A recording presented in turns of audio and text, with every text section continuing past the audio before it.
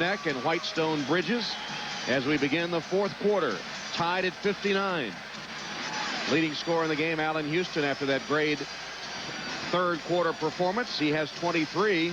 Smits leads Indiana with 13, but Reggie Miller only with 8 points tonight. Indiana with some foul trouble. Jackson with 4, and 4 other players with 3 apiece. And fourth quarter, Reggie starts on the bench, but will he step up at the end of the game to keep Indiana alive?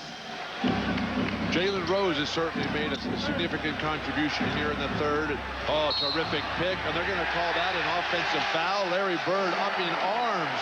Dale Davis appeared to just stand there. You know, Dale Davis is a physical. Where you see that arm come out? He was just tensing himself. He didn't move. He was just getting ready to absorb the collision that Chris Childs caused. Well, he's really tense now because he has 4 fouls. Derek McKee back in for Indiana to start this fourth quarter. Childs for 3.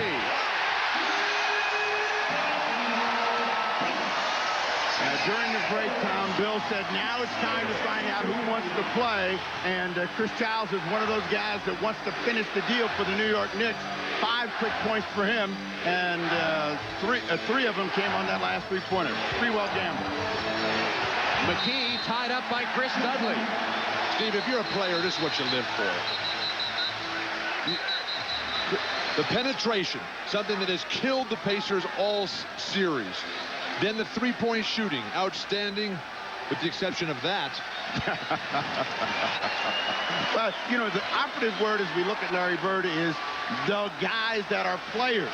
You got to want this kind of opportunity. You want to want this kind of atmosphere to deliver the goods. A bunch of confusion right now for Childs and Houston about where to be on the tip as Dudley controls the attack. Dudley outjumps McKee for the basketball. We may have to get Chris Childs over here to settle you down before this game's over, like he did Larry Johnson before that free throw. Turnovers have plagued Indiana all night long. Jalen Rose pushing spree off the box.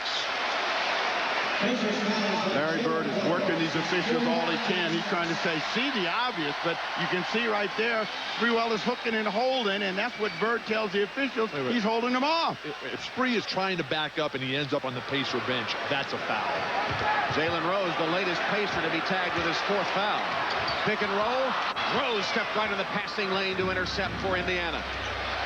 When Jalen Rose gets angry and dials in, particularly in pressure situations, he plays some terrific basketball. Let's see how he handles the adversity. When he's focused, he's a considerable force. Here's McKee against the smaller Houston. Double team comes. Best hits the 3.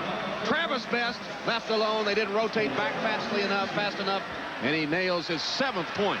Travis Best, who was huge last year in the 7-game Eastern Conference Finals against Chicago, delivering in spite of the debilitating injury. Houston off a good screen from Dudley. Knocks it down. You talked about all the work of Allen Houston paying off here in this game. Son of a coach.